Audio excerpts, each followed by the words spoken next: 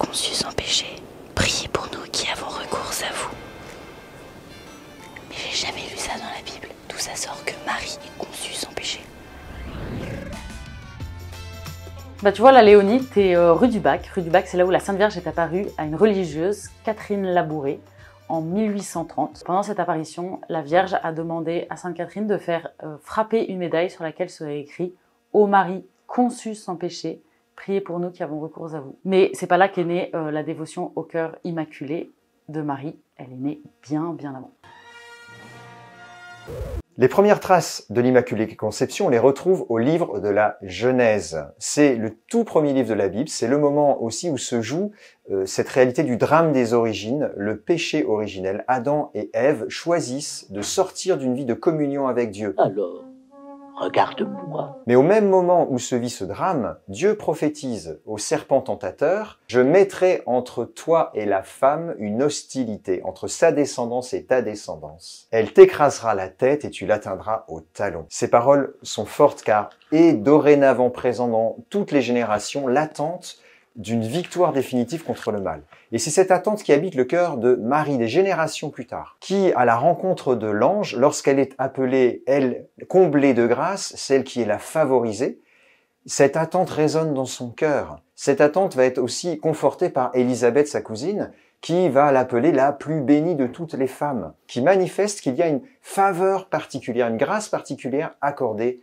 à Marie. Dès le début du christianisme, les chrétiens croient au fait que Marie était conçue sans péché, mais cette conception immaculée a fait couler beaucoup d'encre au Moyen-Âge entre les dominicains, les franciscains qui avaient du mal, qui réfléchissaient théologiquement au concept. Et donc c'est après des siècles de réflexion, en 1854, que le pape Pie IX a proclamé le dogme de l'Immaculée Conception le 8 décembre.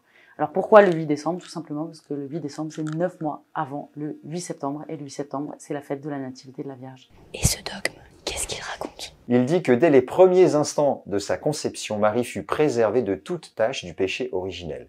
On ne parle pas de la virginité de Marie, on ne parle pas de la conception du Fils de Dieu ou de l'Assomption de la Très Sainte Vierge, on parle ici de la conception sans tache, sans péché de Marie et de toute sa vie sans péché. Cette réalité va être confirmée 4 ans plus tard à travers une apparition de la belle dame dans la ville de Lourdes, vous voyez de qui je veux parler, cette belle dame dont le nom reste secret jusqu'au jour où Bernadette va demander ce nom à la belle dame qui finit par lui dire « Que soy la Immaculada Concepción » « Je suis l'Immaculée Conception ». Bernadette rapporte ces mots au curé qui comprend aussitôt que l'enfant n'a pas pu inventer cette expression, qu'elle l'a reçue. Et Marie en remet une couche sur le sujet en 1917 quand elle apparaît à 3 enfants à Fatima, où là elle leur demande de consacrer la Russie et le monde entier à quoi? Au cœur immaculé de Marie. Justement, parlons-en parce que ça m'intéresse. Je trouve ça quand même un tout petit peu injuste qu'elle soit notre modèle à tous, alors que elle a jamais eu à se battre contre le péché. Ça lui a rendu un tout petit peu la vie plus facile que nous. Ça, c'est typiquement la réaction de quelqu'un qui a été conçu avec le péché originel. On est attiré par le fruit de l'arbre qui a l'air tellement plus attirant que ce que Dieu a déjà donné. On regarde la faveur que l'autre a et on ne regarde pas ce que Dieu donne déjà. Marie, en étant préservée du péché, en étant toute orientée vers le bien, en étant en communion avec Dieu et dans la volonté du Père, eh bien, elle va être profondément bouleversée par le mal qui surgit dans l'existence et dans son existence, et notamment à travers la vie de son fils. Le prophète Siméon l'avait annoncé, dès le moment où Marie présente l'enfant Jésus au temple, il annonce « un glaive transpercera ton cœur ». Eh bien en fait, Marie va avoir le cœur blessé par la souffrance, par le mal, par le péché. Donc, toute immaculée qu'elle est, elle va souffrir. Deuxième élément, lorsqu'une grâce est donnée, lorsqu'un cadeau est fait, lorsqu'une faveur est accordée par Dieu, elle n'est jamais une propriété privée. C'est un don qui est appelé à se répandre, à porter du fruit, à se répandre autour de lui.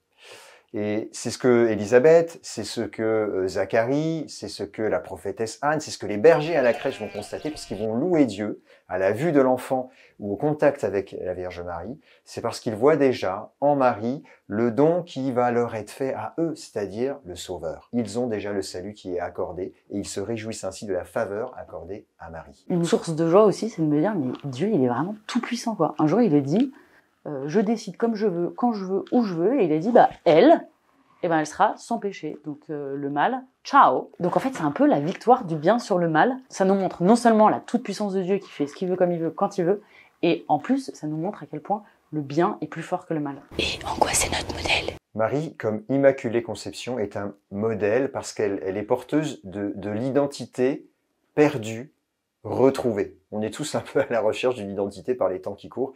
Et l'identité de Marie comme Immaculée Conception, c'est de redire que nous sommes profondément orientés pour le bien.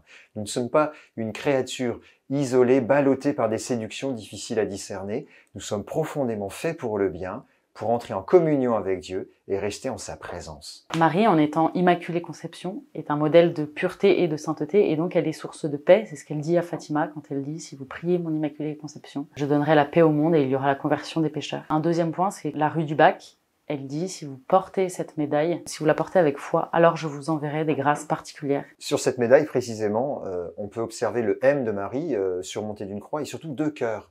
Le cœur transpercé du Christ et le cœur traversé par un glaive de Marie. Peut-être que cette médaille dit aussi à ceux à qui on peut l'offrir en ce jour du 8 décembre, dit la présence de Marie, une présence aimante. Peut-être que les personnes à qui on l'offre ne sont pas capables de se tourner ou ne veulent pas se tourner vers Dieu, mais peuvent accueillir la présence de Marie qui, elle, a vécu cette intimité avec Dieu. Et sinon, plus concrètement, on peut déposer une bougie sur le rebord de sa fenêtre, comme c'est assez répandu en France. On peut, comme le pape François, les déposer une rose au pied d'une statue de Marie. On peut écouter des chants, la playlist de chants sur Marie. On peut aller à la messe aussi le 8 décembre et puis on peut essayer de contempler aussi ce mystère de l'Immaculée Conception. En résumé, c'est une fête mariale qui trouve son fondement dans l'Écriture, qui a été à l'origine d'un dogme qui reconnaît que Marie, dès sa conception, est préservée de tout péché. Et c'est une bonne nouvelle pour nous tous, parce que en Marie, nous avons déjà le modèle de notre identité retrouvée. Merci Marie.